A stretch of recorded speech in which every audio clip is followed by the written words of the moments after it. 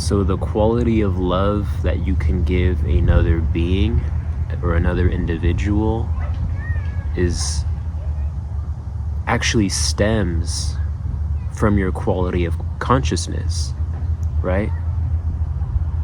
And it determines on how pure you are in this experience, right? That's what the love quality stems from. It stems from your level of consciousness and your level of purification, or how purified you are.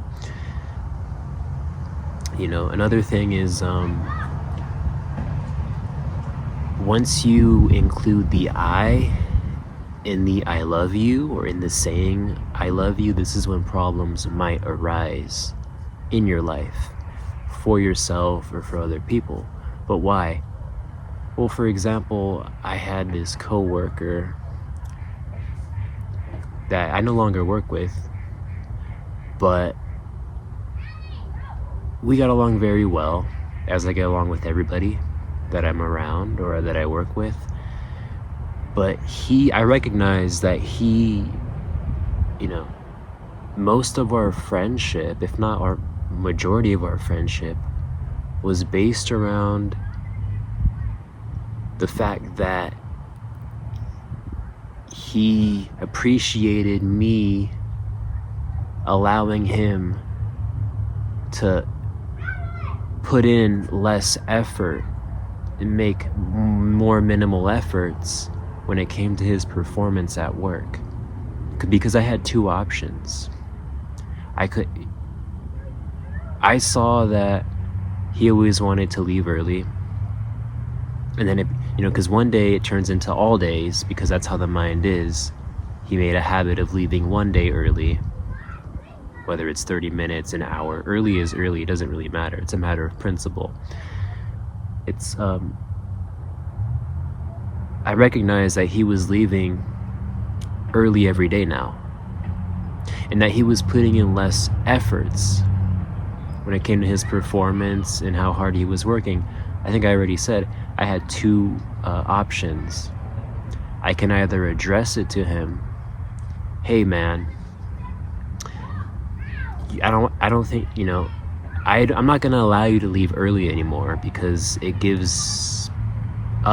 might give me more work to do at the end of the day, and it gives us more work as a department to do, because you're not putting in your full efforts, you're not putting in your full hours, and your full efforts, your full duties, your full work,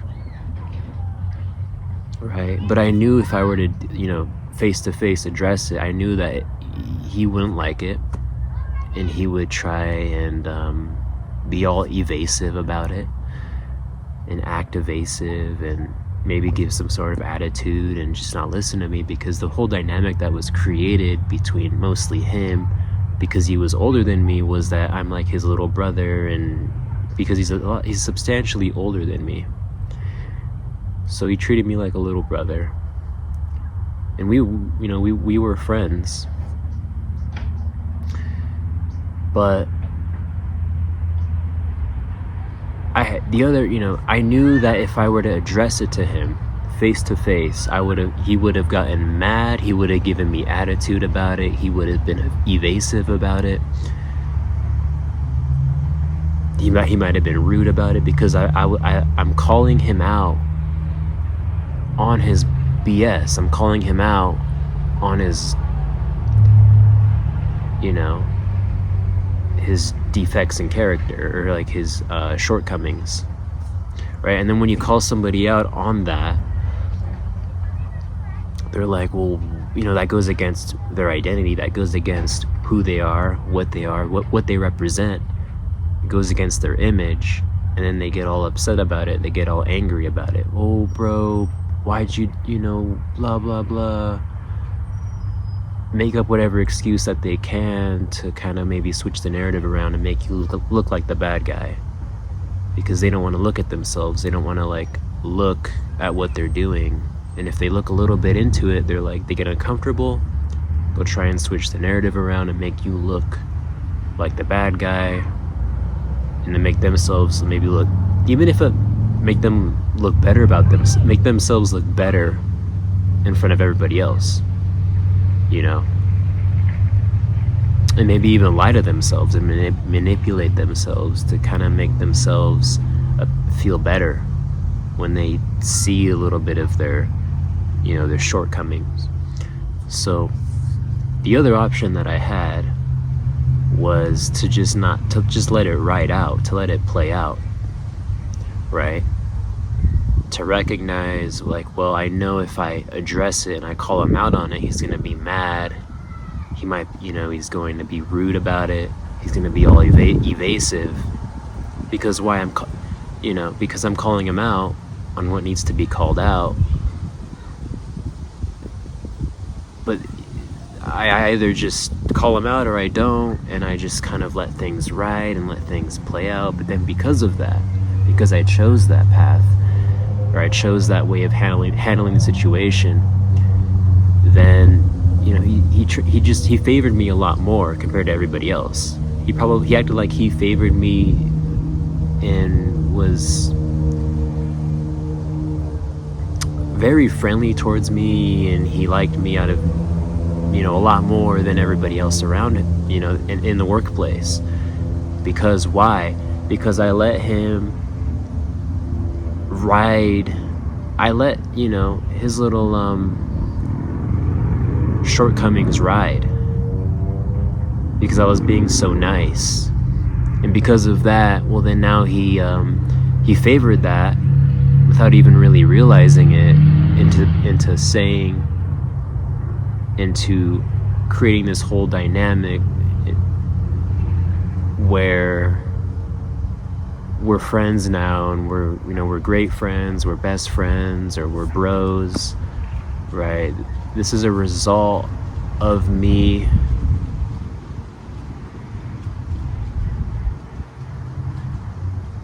like letting him write out his shortcoming. And because of that, you know, the result of that has led to him treating the whole dynamic as if we're friends, and we're bros, and we're cool, and hey, I love you, bro, you know. And it's just not real. It doesn't come from a pure kind of place or setting, you know.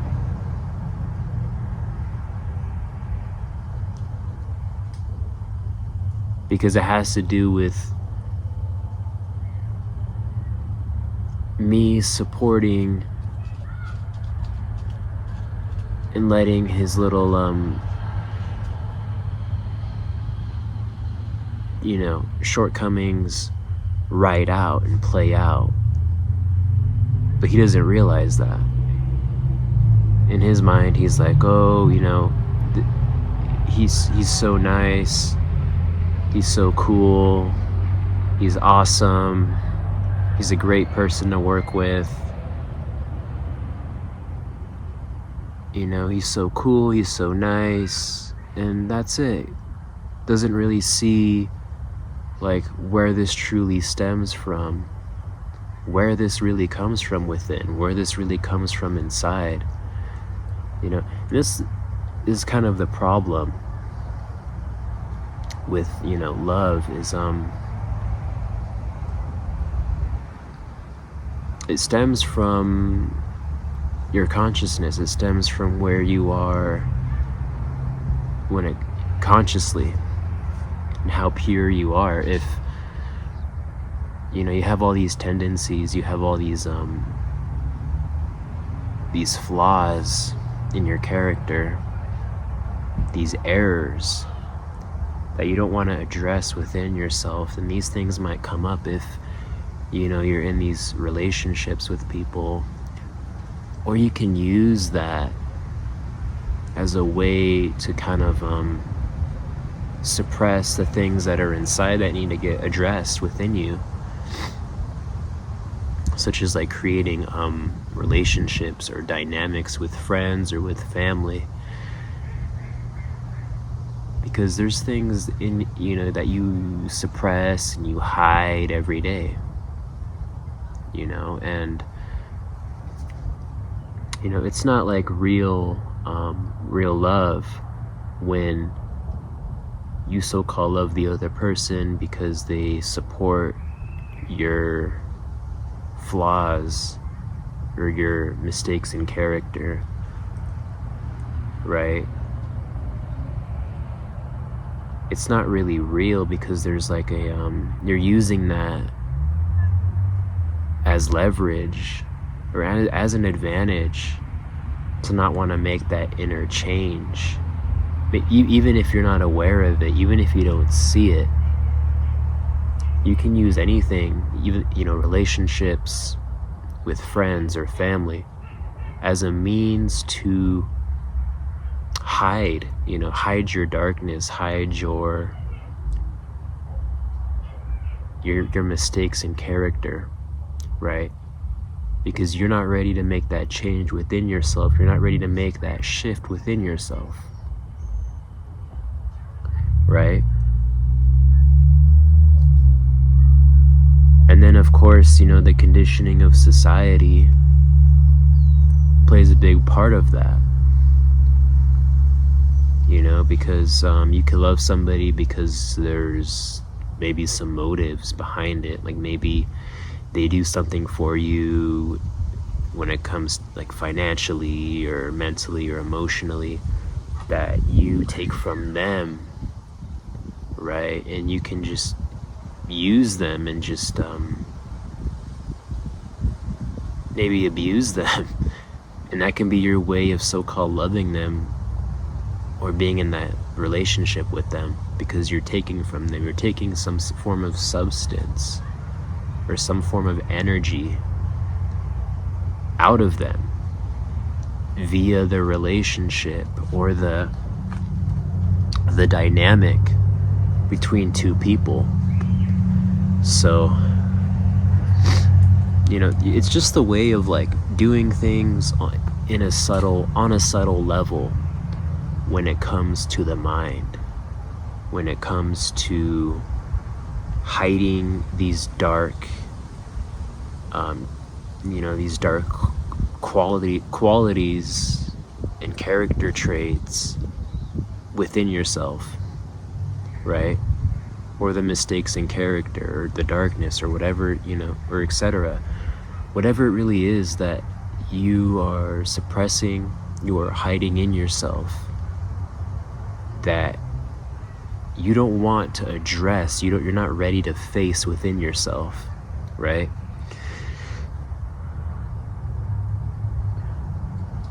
It's like another thing too, when it comes to like relationships, and when it comes to relationships with friends or family, you love like this surface level, like when you really say that, oh, I love you, or you think about, a lot of the times this happens where the person thinks about the the superficial kind of surface image of how it looks to be in that relationship with that person or to be next to that person, right, on a physical level or portrayed in society, right? Like you love maybe how you don't love really them, you love how you look with them or how the whole dynamic physically looks on a superficial level. You love the idea, the thought of how you look or how it is portrayed in society, when you're with that other person, even with friends or family, right? Like you're in it for the looks, you're in it for the superficial surface kind of image, right?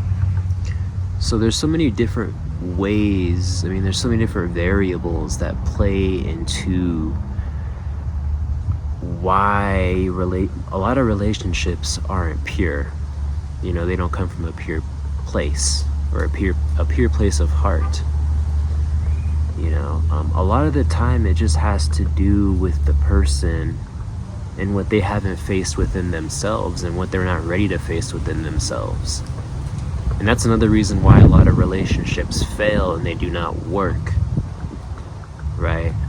Because it's on their end where they're not ready to face their inner darkness and they're not ready to address their mistakes and their flaws in character that cut them off from evolving or becoming closer to their light, right? So, I made a video about that, about high relationships, and there's multiple reasons as to why they don't work, and there's multiple reasons as to why they do work, right? So, the ultimate relationship, the best kind of relationships are the ones that last. Well, what are the relationships that last? The relationships that last are the relationships that have to do with self-improvement, that have to do with becoming a better person and evolving, but as well as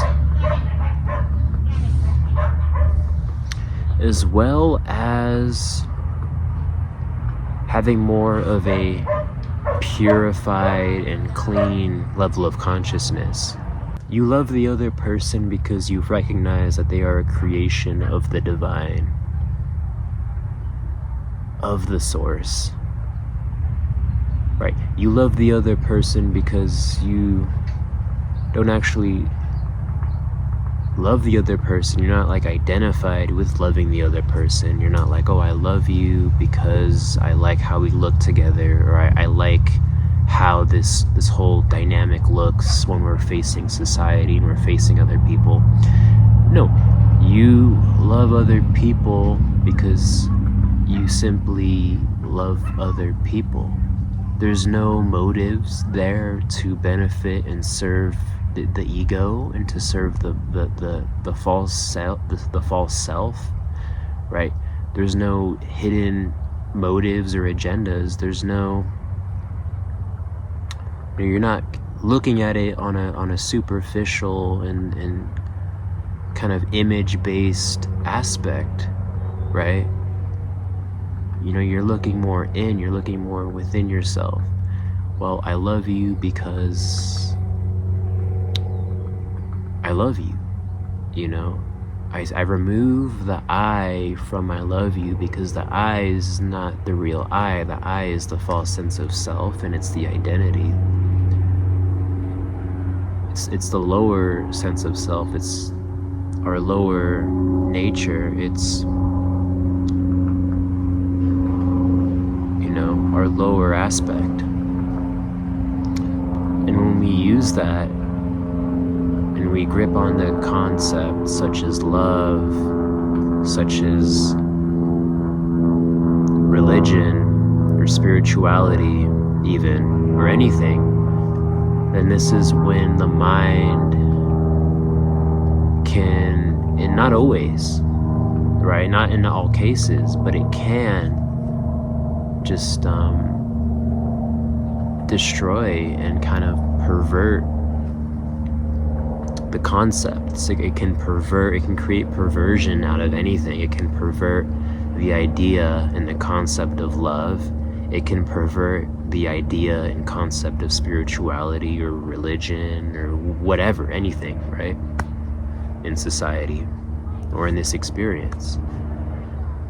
So you don't, when you're not holding on and you're so detached from so-called love, then that's when real love will take form and real love will arise. I'm obliged to you, babe, but this place just is trying to hold me down.